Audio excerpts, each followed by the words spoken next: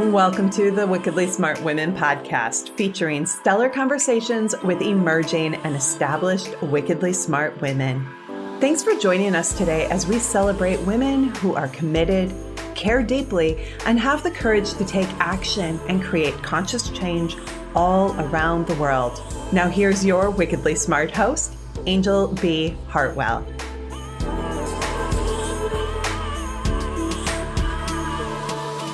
Welcome to another episode of the Wickedly Smart Women podcast, where we celebrate wickedly smart women and provide our listeners with a wealth of wisdom, along with immediately actionable steps to be smarter, spunkier, and more successful in their impact and their leadership. This is your host, Angel B. Hartwell, and today we welcome our very special guest, Diane Halfman. Diane was an undercover cop for the San Diego Police Department, where she experienced a unique perspective of life behind the scenes.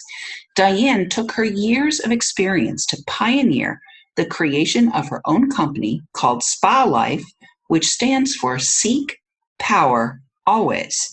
As the host of the Live Your Spa Life podcast and as the reset specialist, Diane travels the country speaking, consulting, conducting workshops dedicated to helping overwhelmed women entrepreneurs and corporate leaders move from a life of emergency to emergence. I love that. And Diane and I have had the distinct pleasure of being sisters in spirit in a mastermind group for a number of years. And so it's such a pleasure to spend time with you today, Diane, and I'm looking forward to this interview. Well, Angel, thank you so much for having me here. I always love connecting with you, and let's go, sister. Yeah, let us go. Well, the first thing I want to really present for people here is you are a woman who is all about power, right? And you have been in positions of authority and power. And you are also a woman who supports others to step into their power. So I would love to have you talk a little bit today about maybe just a little bit about how you originally sought power yourself and, how that led to your becoming a police officer and then ultimately having your own business. Well, what a great question, Angel. I mean, power, the reason I come back to power is, I always look at the other side of how you look at something. And I think a lot of times people look at the word power and they think of the misuse of power. They think about being overpowered. They think of it as being a very masculine thing. And so I love talking about power because I think for women, we have a unique ability to be very powerful in accessing our intuition, our inner power. When we are firm in that inner power, it actually reflects outside of ourselves. And for me, I didn't always have that. I witnessed it. My mother was a very powerful woman and also a very loving woman. So I love that whole dynamic between being, fierce and feminine and how we can flow in and out of those energies. I was actually in a very disempowering relationship when I was with the police department, and I really saw what it felt like to be disempowered and not standing in my power. And it came through a tragedy, actually, a kidnapping murder case that really actually had me awaken to what my boundaries were, what I wasn't going to tolerate, and how I was going to show up. And that's how I really just reclaimed my power, which is why I always talk about how you can reset your life at any time. I believe we come in this world with our power. Some things can happen in life to erode that, but we can always reset it and recapture it and show up as that powerful being. Beautiful. Well, I know that you mentioned boundaries there, and I think that is one area where you and I very much align about the importance of boundaries. But what I'd love to have you do is talk about how we can have that big heart, right? And also set boundaries that are in service to the good of everyone. Is this something that you teach the women that you work with? Absolutely. You have to be really clear on what are your boundaries meant for? Is it meant to let people in that you want to associate with? Or are they walls that are actually keeping people out? And so we want to look at boundaries. And I really teach women to have the awareness that boundaries are to be in service of your own self-care, of preserving who you are, to enrich your own power and to let others know that there's a certain welcoming that comes as part of that boundaries, but to know where that line is. And it's not always this cement line. Sometimes it's like sand where there's some ebb and flow to that.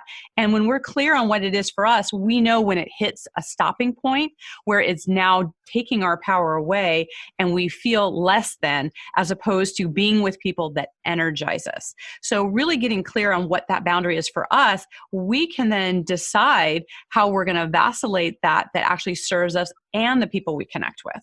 Yeah, I like to use the metaphor of the cell wall myself, that you do want to let some things in and you do want to keep some things out.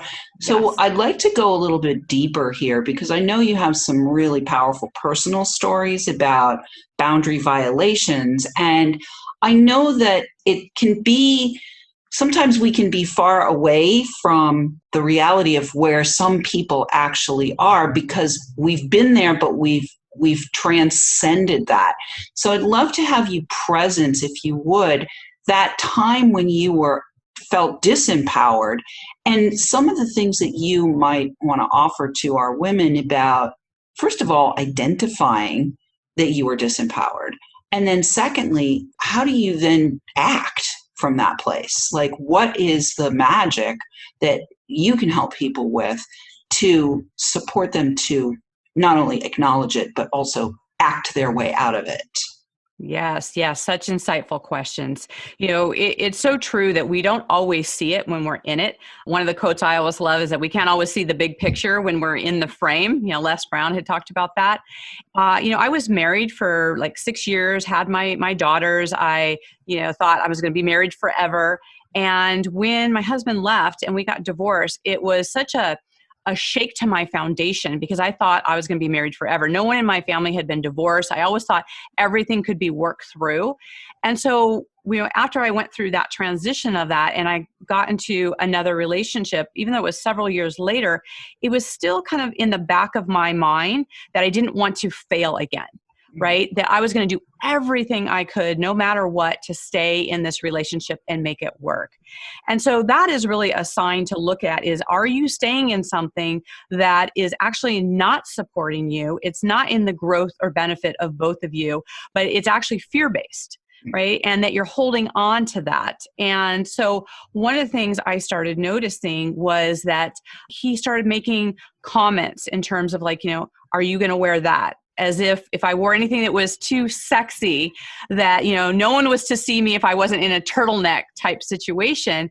And I kind of looked at it as, oh, how cute. Like he, is maybe a little jealous or, I always looked at whatever he said that may have been considered negative and looked at, the positive version of it and didn't see it over time, how that can kind of erode your self-esteem, how you think about yourself, what things look like in there.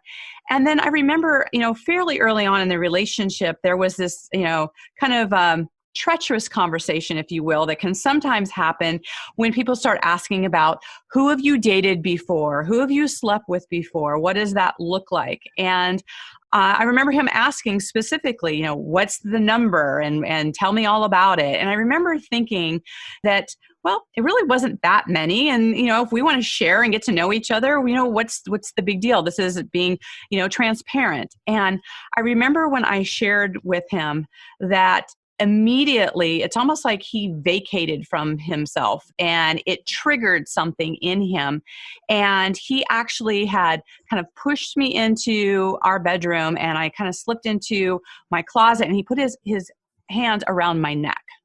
Now, he didn't choke me per se, but there was enough kind of surprise and fear and like it triggered something for me of like almost going into eggshells after that about what are you going to say that is going to trigger a reaction from someone else. And I found that I was always after that managing the energy and being careful what I said. And, a lot of people would ask me, because I was actually a police officer at the time, I was answering domestic violence calls. And I always looked at the type of calls I were going to, their situations was way worse. So there was that comparison of like, well, this is not that big a deal of what's happening in my life. We had a lot of stress. It's a stressful job. I mean, there was all of these things of like, in the bigger picture, we're going to be okay. We're going to be a family. It's all going to work out. And so when you start looking at the things that you're saying and who are you spending your time with, right? So every day I'm going to a rape call, a murder call, a stabbing call. It's like 911. It's chaos and trauma day in, day out. And, I noticed too that there was a lot more isolation from, the people that I would listen to or spend time with. I mean, the very classic things that when you look outside of it, you're like, oh, that thing. Oh, that thing. But again, when you're in it and it's little erosion day by day, you start not recognizing yourself and start not seeing what's happened with that. So before I go into what snapped me out of that whole situation, do you have anything you want to add? Yeah, I do. I want to actually presence a few things here. First, one of the keys that I'm hearing here, because I've had a lot of similar experiences, one of the keys that I'm hearing here, the first thing that you said is, I committed to myself that I was going to do anything to make it work. And I call that pretzeling in my life, right? Like I've had to turn that myself into a pretzel to make it work. So ladies, I just want you to be really clear here that if you are having to make it work, and if you are committing yourself and your life force and your power and your energy to, quote, make it work, and feel the energy behind that, that's a sign, right? That's a sign that there's something that's not functional here. The second thing that I heard really powerfully there was the justification. Oh, he put his hands around my neck, but he didn't really choke me, right? And so that's a justification. The truth is that if somebody puts their hands around your neck, they are engaging in some kind of an act of threatening violence or actual violence. Absolutely. And that is not only not safe, it is absolutely not acceptable, right? And then the third thing that I heard there was the rationalization.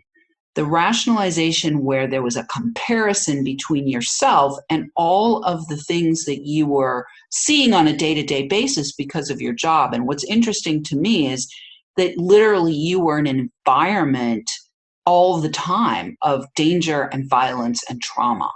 Yes. So let's talk a little bit. We have about 3 minutes before the break. Let's talk about, what was it? It wasn't his hands on your throat. Obviously it was the, death by 1,000 cuts, the erosion. When you get so eroded, what is it that it takes to wake up and take action in service to protecting yourself and creating a better life for yourself? Yeah, Angel, such a great question. I feel it's different for each woman. And I think what the commonality is that there's a wake-up call in some way, and whatever that is for you. For me, there was a kidnapping murder case of my friend's daughter who was 7. It was the first time that I was involved in a child case where I knew the child. They lived less than a mile away from us, and I was the liaison between the police department and the family. And so I was very involved in this case. It was a very national case that had happened. I was on TV. There were interviews. There was very public that was happening. And I remember just putting all of my energy into trying to find this little girl, because it took us 3 weeks to find her. Even though we found her dead, there was those 3 weeks of hopefulness, of looking, of search parties. I was leading the biggest search party that there had been at that time. And I remember as I was doing that, I had received a phone call from my ex at the time, or my person who's now an ex, who was basically saying to me, "What's for dinner?" And I was like, "Oh, I'm kind of in the middle of like a big thing that you know of right now. And, I don't plan on being home anytime soon." And he's like, "They don't need you there." He said, "You just want to be famous, or you just want to be on TV. You need to come home and make dinner now." And it's almost like I call it this white cloud moment where it's like life just went still. And I had like this awakening where I was just like, in a very calm voice, I just said, "I know that we have broken up and gotten back together. There's been a lot of ups and downs. There's been a lot of things that have happened. And, I know you probably won't hear me right now, but we are done. Like, we are completely done. I don't want this for my life. This case has showed me how short life is. I don't want this as an example for my daughters that this is okay to be in a relationship like this. And I can't be an example for other women if I myself are having this experience where I can't even stand up for my own self. And I now see it, and we're done. And I ended up actually having to get a restraining order. But from that point going forward, we were literally done. Like, it took that clarity for me to know this is it. Yeah, beautiful. Well, we are going to have a short break, but when we come back, we're going to let our listeners know where they can find out more about you, Diane, and we're going to pick up this thread and unravel it a little bit more in service to our listeners. But right now, Wickedly Smart Women, we could really use some of your help. If you are enjoying the show and would like us to stay on the air, please consider making a donation at www.wickedlysmartwomen.com. We are also starting a Facebook community, so you can find out more about that on Facebook. We'll put that link in the show notes for you. We'd love to have you join the community. We will be dropping in episodes every week there and some other fun stuff, including links to our Wickedly Smart Women store. And we would really like to invite you to join us there and to continue conversations and to go deeper with what we are talking about here on Wickedly Smart Women. I also want to say a big thank you to our listeners who are downloading, rating, and reviewing. We are welcoming thousands of downloads from all over the world. And today we're going to shout out to our listeners in Malaysia, the Cayman Islands, Indonesia, and we might as well give San Diego a shout out while we're at it. And we'll be right back with Diane Halfman.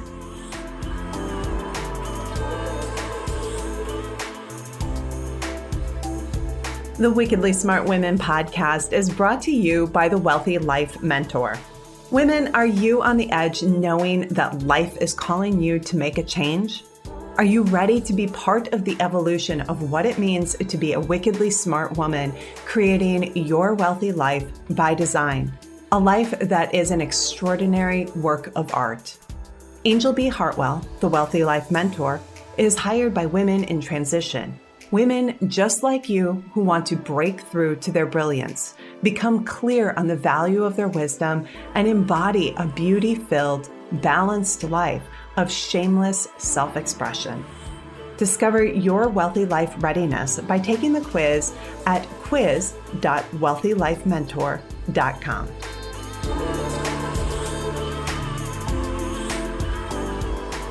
And we are back with our special guest, Diane Halfman. You can find out more about Diane at dianehalfman.com/crisis. And there's something there for you. So Diane, why don't you tell us a little bit about what's there when they go to dianehalfman.com/crisis, and then we'll pick up the thread that we were working when we went to the break. Yes, thanks for asking, Angel. I recently created this resource guide because I believe that people are going through lots of different uncertainty and crisis. And even the people who maybe not identify with the word crisis, things may feel a little chaotic. You may be a little unstable and you're not sure where you actually are with that. So I created this resource guide to look at what type of crisis you might be in, what to recognize, what are some of the signs, what are the ways that we second guess ourselves, and to make that first step into, having the recognition, and what are some of the tools to do about it. Beautiful. Well, so when we went to the break, you were talking about how that white cloud came over you of the cloud of clarity. Actually, it was the cloud of clarity. Paradoxically, it was the cloud of clarity that actually gave you the blank slate and said, yeah, we're done here. We're complete here. We are finished, and we are not continuing to put our life force into this relationship. So what I'd love to have you do, Diane, is just tell our listeners what were some of your immediate next steps to move from living literally a life where you are constantly in a state of emergency, right? Fight or flight, to a life of emergence. And you have, certainly beautifully emerged from all of that as a businesswoman and as a leader. So tell us a little bit about, kind of the steps that you took to move yourself forward once you came through that cloud. Yes. So for me, it was really re-engaging with the people that I resonated with, that I looked up to, that really showed signs of being strong women. I was going through my master's at the time, and a friend of mine that was going through it, she was kind of seeing what was happening with us, and we started spending more time together, because I think sometimes when you are rebuilding your own strength, if you can visually see it in someone else, there is something within you that unlocks a resonance. I mean, we've all talked about being the sum of the closest people we spend time with. So really noticing who you've alienated yourself with and who you need to realign with and who you need to not spend time with. So the people became a really big thing in that. And I also had the additional motivation. You know, my daughters were fairly young at the time. They were like 10 and 11. And so I was really committed to some personal growth, really taking care of myself on a deeper level, really making sure that our home environment was safe, and that we were connecting with my family. You know, I could tell that my family was really disillusioned. I had and I still do have a very close-knit family, and they were so saddened to see what I was literally putting up with and couldn't hear what they were saying. So really knowing who are your people and connecting with them, and what are you doing to build yourself up. I also started doing some coaching with some people and really started looking at what was the perspective outside of myself that I wasn't seeing, because I wasn't necessarily trusting everything within me. But then I started realizing that there was always these signs within me and I was ignoring them. So it was really rebuilding that muscle and that strength to trusting that I knew what was best for myself. And that's that second guessing that happens so much, particularly with women, where, you know, we make these millions of decisions, but then there's like this little nag of like, oh, was it the right decision? You know, is this what I should be doing? And that is a way of undermining ourselves, of not standing in our power and not really respecting that we are experts in who we are, that our experience is really that license to see perspective and to share that deeply with other people. And that we're here to really serve the people who are meant to hear our message. And when we stand in that, those people come to us. They're there to glean from the things that we learned, and we can move forward with that. So really noticing where we're giving our power away, or we're undermining it, or we're thinking somebody else knows better than we do, versus really standing in that knowing of our own journey and why we're here. Yeah. Well, so we could spend hours talking, Diane. Seriously, there's so much there. I want to just see what I want to pick up here. And I think the first thing I want to pick up is, you know, in my own personal experience, it actually took me until I was 38 years old when somebody said to me, what is it that you want? That I actually got presenced to the fact that I could have my own wants. Right. So I had grown up in an environment where there was a lot of conditioning to literally disappear yourself in service to everyone else's dysfunction. And so, you know, for me, it's actually been an almost 20-year journey since then to actually discover what I want. And I think that that's like step one of the journey. That's really part of it, is to really get clear on that, and then, you know, give yourself permission to have what you want. But what about expressing what you want? Is there a way that you help your people in not only getting clear on what they need, you know, what's going to be healthy for them, what they actually want, what they actually require, but then being able to actually express that in relationship with other people? Such a great distinction. You know, I think that this is where people get a little bit disconnected, because they'll say what they want, but they're not living what they want, and they're not sharing it with other people. So, you know, you and I have talked before about how important the calendar is, right? I call it, your calendar is your mind in action. It's your actual values on paper. If you say that you value your family or God, but there's no spiritual time and there's no family time on your calendar, how valuable is that to you? So when you get really clear on what is your importance, what do you stand for, what are your values, what do you want your life to look like, when you get that on your calendar, then you are putting that as a priority. You're making a stand. This is how I want to live my life. This is how I express my fun, my joy, my purpose, like all the things that you have on there. And so many times I'll see people on their calendar, they'll have all the things that they have to do, right? Mm-hmm. Who wants a calendar of have-tos? It's like, what do I get to do? What's an expression of my life? And that is a great first place to look at, because when you see that visually each day, you can then articulate to other people when they say, how was your day? What are you doing? What does it look like? You actually have it there in black and white, and it's a trigger for you then to speak about an alignment of your values and what is actually important to you. And I was just thinking too that one of my favorite episodes of one of your guests, who was also a guest on my show, was Jen Duplessis. And she's in episode 59. So for those of you who haven't watched that on the Wickedly Smart Women, one of the things I love about Jen is she talks about creating the life that you want and having business built around it. And I believe the three of us are all in alignment with this, because so many times we'll give our life away all to our business or to our children or, to all these other things, whereas those are really slices of our life. They're not the totality of it. And that's where we want to look at, what do you want, right? What is your values? What does that look like? And get really clear on what that is, because we only have one to do here. Well, unless we decide we believe in reincarnation and we're coming back again. For this ride. Yeah, in this particular incarnation, we have a limited time.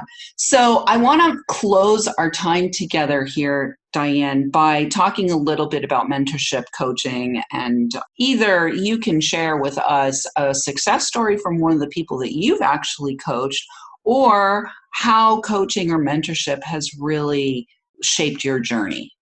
Oh, I love this question. I love consulting and coaching women, especially when they haven't quite discovered their brilliance with where they are now. It's like people will see where they've succeeded in certain areas, but so many times they'll see all the things that aren't working with them, that they're not seeing that they're actually on the path. And one of the things I love is that failure is on the path to success, right? That those are all learning lessons. They're all helping us move forward. And I can think of one client in particular right now that was just so focused on what was happening in the present moment that she couldn't unlock what she was actually passionate about, what she actually wanted, and the direction she wanted to go in. And so what was so great that with our time together, and we actually still work together, is I was able to ask her some really deep and key questions so she could get that clarity on what she actually wanted. And there's several tools that I use for people to see like what is their strengths and their values and their personality. And there's so many different factors that can kind of go into making the pie, if you will, that then helps people really see when that light bulb turns on, there's just nothing more rewarding, because then they have their own energy. They've got you can build in the rituals and the habits that support it, but until you recognize it, right? I believe that's what coaching and consulting help people with, is that recognition of it's all in them and they have all systems go. Yeah, beautiful. I love it. Well, for those of you who are in crisis or emergency, or even think maybe you might be, but you're not being honest with yourself about it, I would definitely recommend that you go to dianehalfman.com/crisis and get that resource. And I am just so grateful that you were with us today, Diane. Thank you so much for pouring out your wisdom and your, just showing up as the powerful woman that you actually are is, I think, enough. It's just enough to have powerful women in the world who have been able to emerge out of crisis and be in a place of leadership, speaking their truth and helping other women. Thank you so much for just, being you. I'm just so grateful for that. And I want to say to our listeners, we do love feedback. Please let us know what you thought of today's show by calling into our listener line. We'll have that information in the show notes, or you can send in questions or guest suggestions to listeners@wickedlysmartwomen.com. We might even give you a shout out on the show. Thanks for tuning in. Keep your ears open, and remember, you are a wonderful woman. Thanks for tuning in, downloading, and listening. Be sure to rate and review Wickedly Smart Women on Apple Podcasts and share with other women who can benefit from today's episode. Wickedly Smart Women is the premier podcast series for informing, activating, and inspiring the leader who carries profound wisdom and knows that now is the time to welcome wealth. We welcome your feedback and guest suggestions and invite you to subscribe to our mailing list to be notified of each new episode at wickedlysmartwomen.com.